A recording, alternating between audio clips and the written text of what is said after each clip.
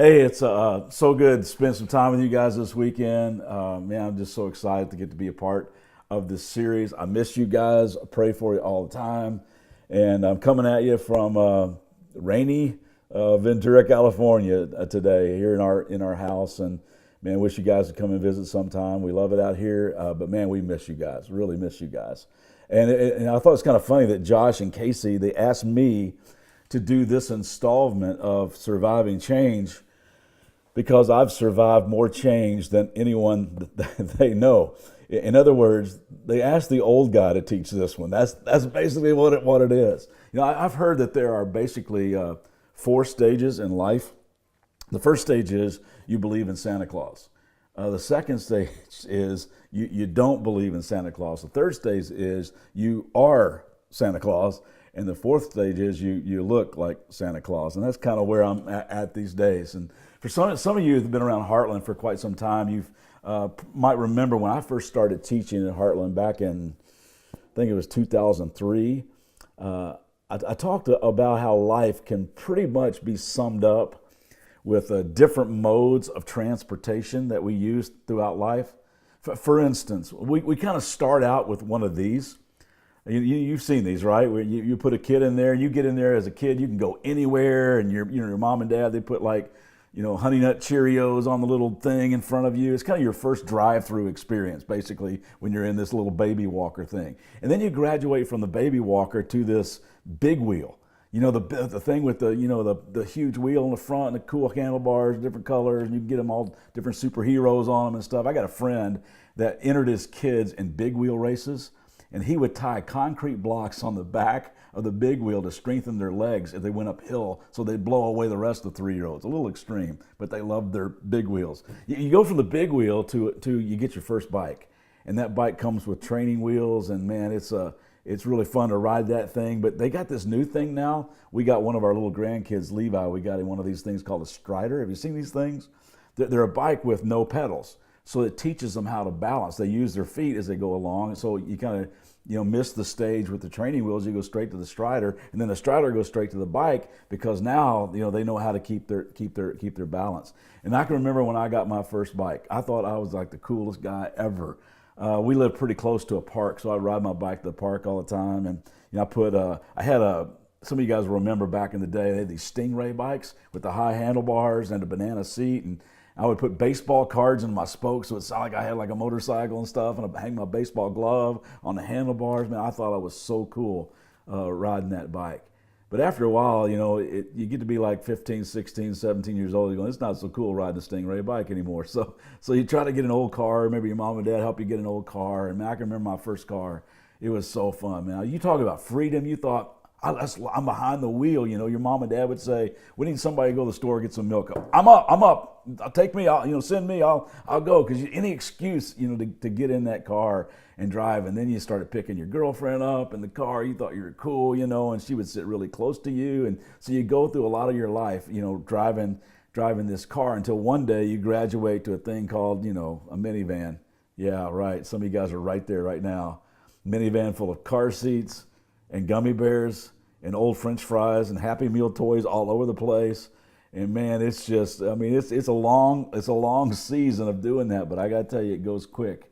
And but you get out of that minivan, you swear, I'm never going to drive one of these things ever again. And you kind of go through a midlife crisis. So you hop on one of these things, one of these big Harleys, you should, now I'm finally free from the gummy bears and the car seats. You're sitting on a Harley and you're going to get your motor running.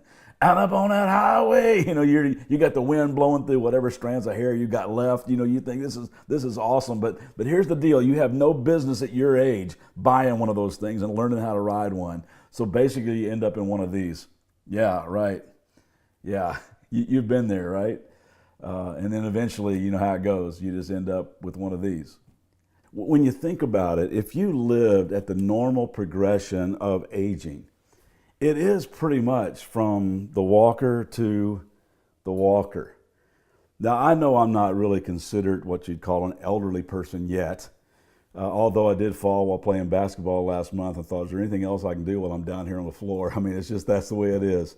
There's just no denying it, man. You can, nip and tuck and liposuck all you want to, but Ponce de Leon did not find the fountain of youth, and you're not going to find it either. And try as we may to get to stay young, the calendar pages turn and clocks tick, and with every new wrinkle and every new gray hair and every new prescription in the medicine cabinet, we were reminded that growing older is not a pill that we really want to swallow. But why does that pill kind of go down so slowly? Well, there's several reasons. I think for some, it's the reality of failure. They begin to think, man, what I set out to do, I didn't get done. I made so many mistakes along the way, and time is running out to correct those mistakes. And for others, there's this hollowness of success. Life at the top of the ladder is lonelier than you thought it was going to be. Trophies get tarnished, and mahogany desks, they kind of grow cold, and diplomas start to fade. And sometimes a dream come true world is much less than you actually dreamed it would be. I think for others, it's that wondering of, what if? There's that nagging feeling of regret, where the carpenter wonders what life would have been like if he'd only gone to med school. And the doctor wishes that he would swung a hammer. And the woman who works wonders what it would have been like to stay home with the kids. And the stay-at-home mom wonders what a career might have looked like. And a husband and wife wonder what it would have been like if they would have married somebody else. And you just spend your whole time just living life in the land of regret. And as some get older, they begin to battle that feeling of uselessness. They constantly feel like they're in the way, like they feel like I'm over the hill, man. I got a lot of answers, but nobody's asking me the questions anymore. And just kind of waiting around for life to be over. Like one man wrote, I get up each morning and dust off my wits. I pick up the paper and read the obits. If my name is missing, I know I'm not dead, so I eat a good breakfast and I go back to bed. There's always also the insecurity of the future. There's that fear of inadequate finances and fading health and health care coverage, and am I going to be in a nursing home? What's going to be like to die? So when these guys asked me to kind of do the old man talk in the Surviving Change series, I thought to myself, oh man, change is like my middle name. I have seen so much change in my brief life. And not just because I'm no longer that skinny kid with all kinds of beautiful hair, but there's just been so much spiritual, emotional, intellectual, professional, relational change along the way. Not to mention, Debbie and I have had 20 different addresses since we've been married. Not to mention the addition of 9 awesome grandkids. You see, I believe that with God's help, you can not only survive change, I believe you can learn how to thrive through change. In fact, when you think about it, change is why we're here in the first place. It says over in Romans chapter 8 of the Bible that God's chief desire, guess what, is to change us into the image of his Son, so that you and I can move through the ever-changing circumstances of life with this character that is ever-changing to look more and more like Jesus. Then as he changes us, he calls us to be change agents, to bring light to an increasingly dark world, to bring people that bring change to relationships, to families, to neighborhoods, to cities, and to nations. And you know what? You may only get a few years on this planet to do that. Or you might get like a century or more, but I'm telling you, you could interview a group of 90-year-olds. You could talk to our grandmother who lived to be 103. You could even sit down with old man Methuselah of the Old Testament who lived to be 969 years, and they would all tell you the same thing. They would say, life is so short. So short. Up against the backdrop of eternity, 1,000 years is like a second, 70, 80 years like a millisecond. The book of James chapter 4 verse 14 says, for your life is like the morning fog. It's just here for a little while, and then it's gone. An old man named Moses penned this in Psalm chapter 90. He said, teach us to number our days and recognize how few they are. Help us to spend them as we should. Man, I'm telling you, this journey from the walker to the walker, it goes so fast. So cherish this time in your life. And I used to think that was just something like that old people said. But now that I'm like old people, let me tell you, cherish this time in your life because it goes so fast. Don't blink. I don't like all those sociological labels like, baby boomers and Gen X, Gen Y, millennial, because I think we're all people who are made in the image of God. We're all in the process of changing. So these words are so wise for all of us to eternalize. Solomon wrote them in his journal, and check out what he wrote in Ecclesiastes chapter 12. He said, remember your Creator in the days of your youth, before the days of trouble come and the years approach when you will say, I find no pleasure in them. Before the sun and the light and the moon and the stars grow dark and the clouds return after the rain. He's talking about feelings of grief and depression and loneliness and uselessness that you have to battle. He says, when the keepers of the house tremble, he's talking about how your hands start to shake. And the strong men stoop, that's when your back goes out. Anybody there right now? When the grinders cease because they are few, your teeth begin to fall out. And those looking through windows grow dim. That's when glasses don't help anymore. When the doors to the street are closed, that's when you're afraid to go outside. The sound of grinding fades where you just can't work anymore. When men rise up at the sound of birds, you can't sleep anymore. You start getting up at 2 o'clock in the morning. But all their songs grow faint. The birds are singing, but you can't hear them anyway. When men are afraid of heights where you go, I'm not climbing that ladder. And dangers in the streets where you lock your doors because it's a cruel world out there. When the almond tree blossoms, that's when your hair grows white. And the grasshopper drags himself along, that's when you got no hops anymore, and desire is no longer stirred. You can see those commercials on television that talk about that.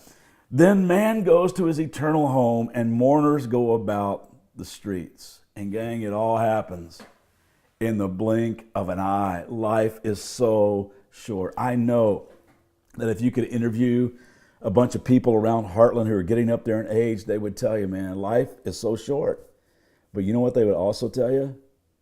God is so faithful. Because life can be short and it can be pretty darn tough, but God is faithful. In this rapidly changing world, there is one thing that is constant, and that is God's character.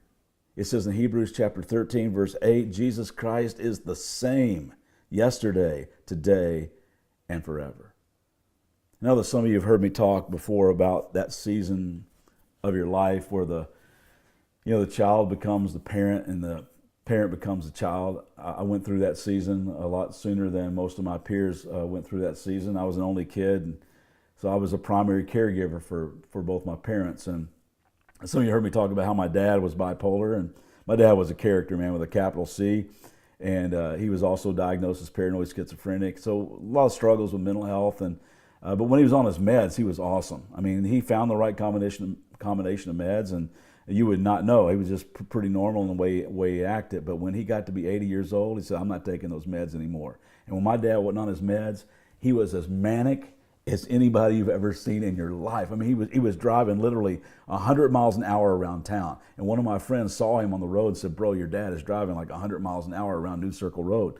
I said, I got to do something. I can't. It was so hard for me the day that I had to stand in front of the guy that taught me how to drive and say, Dad, you got to give me your keys. You can't do this anymore.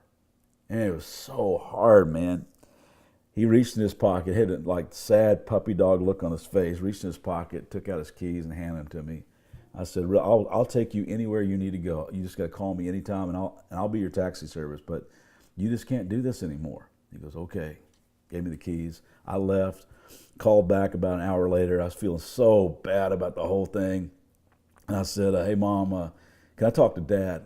She goes, well, he's not here. I said, he's not there. What do you mean? She goes, oh, he went to the store. He went, as soon as I left, man, he had like 5 sets of keys, totally played me, took off in the car and went to the store going 100 miles an hour. So I had to go get like all the cars he had and take them to my house. I mean, it was just such a challenging season of life. And at 82, he crammed 250 years of living into his life. And 82 years of age, he dropped over with a heart attack.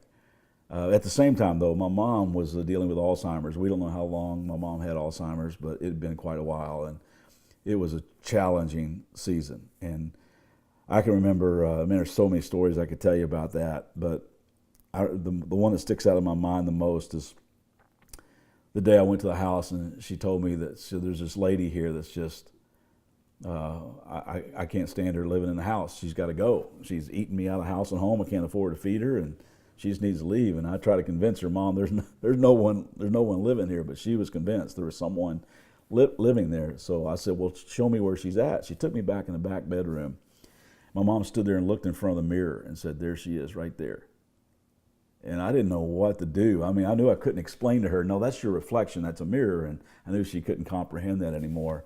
So I said, I'll be glad to take her home. She can live with me. Is it okay with you? She goes, yes, just get her out of here. So I took that mirror off the wall, put it in my truck, and drove home. Next day I go back over. She said, that lady's back. So that lady's back. She goes, yeah. And she took me another. So I took every mirror I could find, took them off the wall, put them in my truck, and drove home. Come back the next day. She goes, that lady's driving me crazy. I just can't afford to feed this woman anymore, you know. And I said, Mom, she's not here anymore. She's at my house now. She goes, no, she's back here. And she took me in this little room that I'd missed, and attached to the top of a dresser was a mirror. And it was about the bottom of the mirror was there, and the top of the dresser was here. So there was a gap in between the two. So when I pulled the dresser out from the wall to unscrew the mirror from the back of the dresser, there was a pile of food behind that dresser that my mom, for no telling how many months, had been passing from her hand to this lady's hand. Food. I'm talking Pringles, green beans, mashed potatoes, Jell-O. I mean, I didn't know whether to laugh or cry when I pulled that dresser out. And that just sent us on a, ever-changing direction with my mom's health care. And we had to move her several times, assisted living, and then, primary, caregiving. And it was a real challenge. And some of you are in that season of your life right now. And one of the verses, actually it's a song that just really helped me during this whole time. There were several different scriptures I had pinned up on the refrigerator door during that time. But this song really helped me not just survive that change, but honestly, when I look back, to thrive and grow and change myself through that changing season of my life. So I want to show you this song. It was written by David back in Psalm 136, and I'm going to read the verses to the song. Then I'm going to ask you to kind of shout out the refrain. It's kind of a repetitive refrain. So we're going to throw it up on the screens, and you just shout back the refrain. Here we go.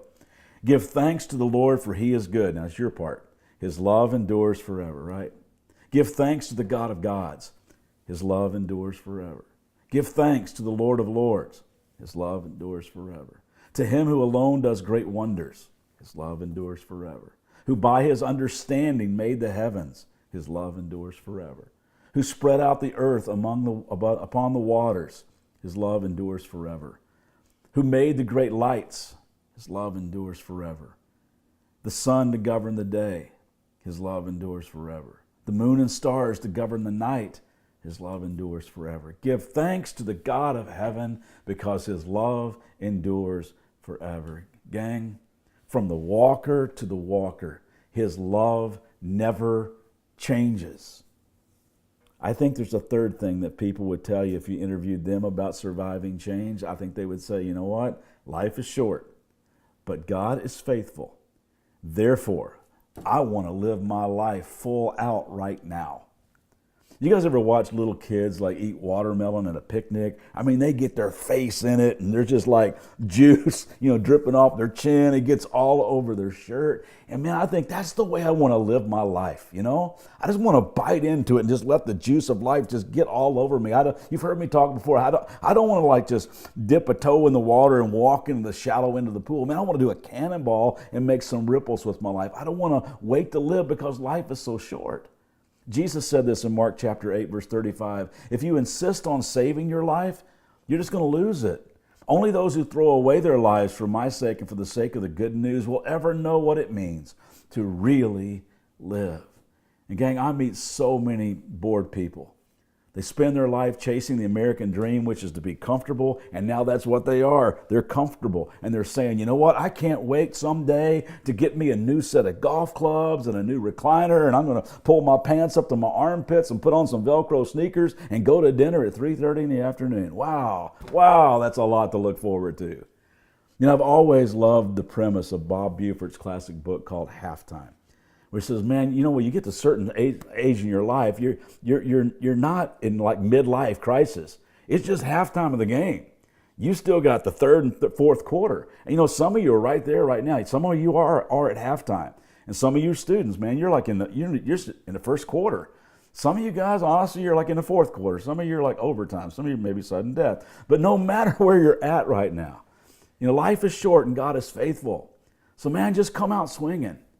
One of my favorite characters in all the Bible is this guy named Caleb. In fact, we named our youngest son Drew. It's his middle name, Drew Caleb, because this guy had such a positive attitude.